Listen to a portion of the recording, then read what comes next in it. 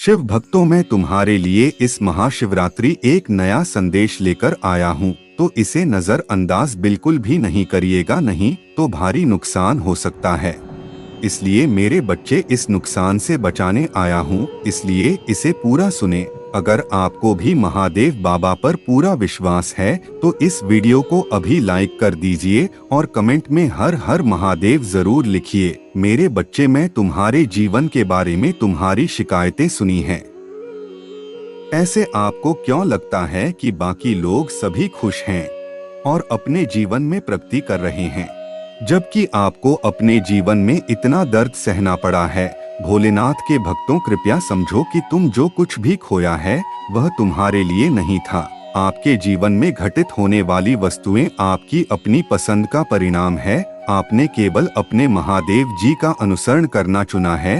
आप अपने जीवन में केवल वह चीजें मांगते हैं जो आपको सच्चाई और आपकी विवेक से दूर ले जाती हैं। लेकिन मैं तुम्हें वह वस्तुएं नहीं दे सकता, क्योंकि वह तुम्हें अपने जीवन के उद्देश्यों से भटका सकता है।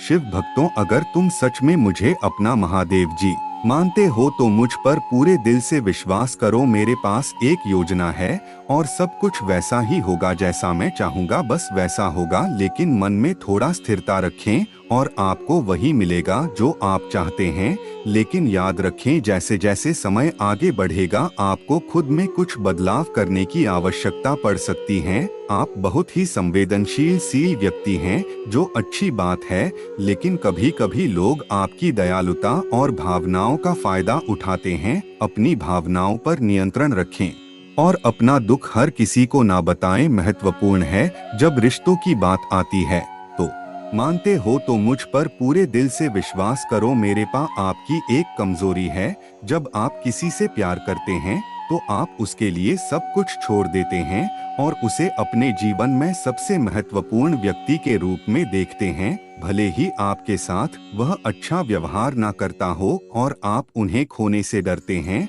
और उनसे होने वाले दर्द को आप सहते हैं, लेकिन आपके पास कुछ भी या कोई भी नहीं है। प्यार कोई बुरी चीज नहीं है, लेकिन आपको डर को अपने कार्यों पर नियंत्रण नहीं करने देना चाहिए। एक मजबूत रिश्ते में भी प्रत्येक व्यक्ति का अपना रास्ता होता है और कार्यों के परिणाम होते हैं। आप अपनी खुद की खुशी के लिए जिम्मेदार हैं। इस बड़ी दुनिया में हर कोई अकेला है और बहुत से लोग दूसरों पर बहुत विश्वास करने की गलती करते हैं। मैं सभी जीवित प्राणियों का एक सच्चा सहारा हूँ, लेकिन आप कुछ लोगों या चीजों से इतने समा जाते हैं कि जब वह चले जाते हैं तो आप खुद को खो देते हैं। ऐसा इसलिए होता है क्योंकि आप में बुद्धि की कमी होती है। मैं जानता हूँ कि आपके जीवन जटिल है, लेकिन यह एक संकेत है कि आपको कुछ बदलाव करने की आवश्यकता है। अब आपके लिए कुछ बहुत महत्वपूर्ण सीखने का समय है। मैं तुम्हें एक विशेष उपहार देने आया हूँ, लेकिन इसे प्राप्त करने से आगे तुम्हें अपने डर से छुटकारा पाना होगा। मैं आपके लिए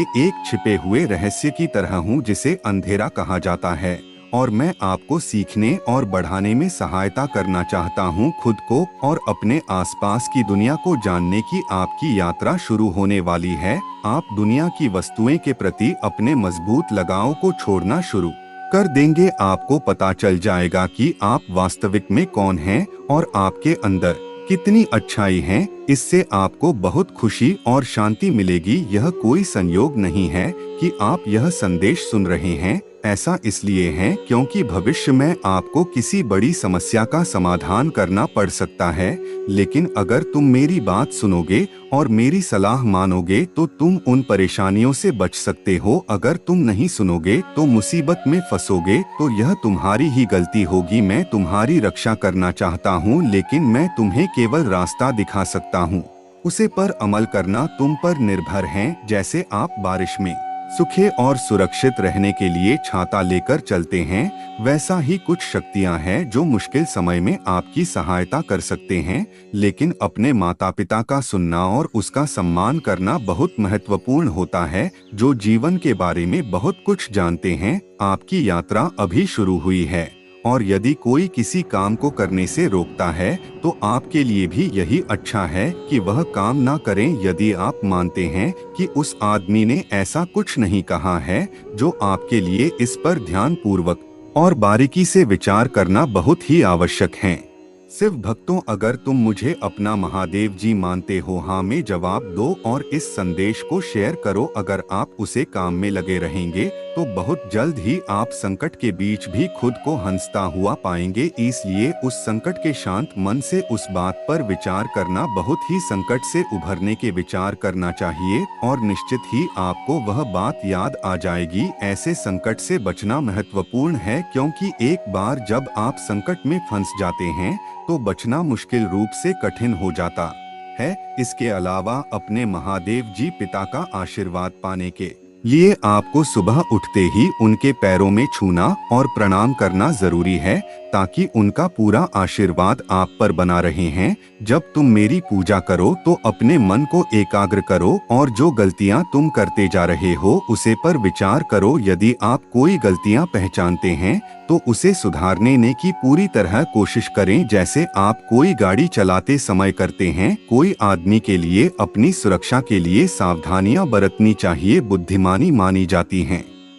हालांकि एक छोटी सी गलती भी कोई बड़ी दुर्घटना का कारण बन सकती है और दुर्घटना से उबरना बहुत चुनौतीपूर्ण हो सकता है। इसलिए मुसीबत आपके ऊपर आने से पहले ही उसे बचने का प्रयास करना हमेशा आवश्यक होता है। इसके अतिरिक्त अपने आप को शक्ति से घेरे। शक्ति केवल पूजा पाठ और मंत्रों से ही नहीं बल्कि अच्छे कर्मों से भी प्राप्त होती है। दयालुता, परोपकार के कार्यों में संलग्न रहे और महादेव भोले बाबा की सेवा करें। आपके आसपास की शक्ति एक सुरक्षा कवच की तरह काम करेंगे। आजीवन सुरक्षा सुनिश्चित करने के लिए आपके लिए यह आवश्यक महत्वपूर्ण है कि आप मामलों पर समान ध्यान दें और उन पर अत्यधिक ध्यान ना दें। क्या तुम्हें अपने महादेव बाबा पर भरोसा है मेरे बच्चे? यदि हाँ तो कृपया इस चैनल को सब्सक्राइब करें। मेरे भक्तों, मैं तुमसे बेहद प्यार करता हूँ, जैसे एक माँ अपने बच्चों से प्यार करती है, और इसलिए तुम्हारे लिए अपनी सुरक्षा करना महत्वपूर्ण है। मैं तुम्हें बहुत प्यार करता हूँ मेरे प्यारे भक्तों। मैं तुमसे विनती करता हूँ कि तुम यह सुनिश्चित करो कि किसी की छाया भी तुम पर नहीं पड़े। मेरे भक्तों, मुझे इस बात पर जोर देना चाहिए कि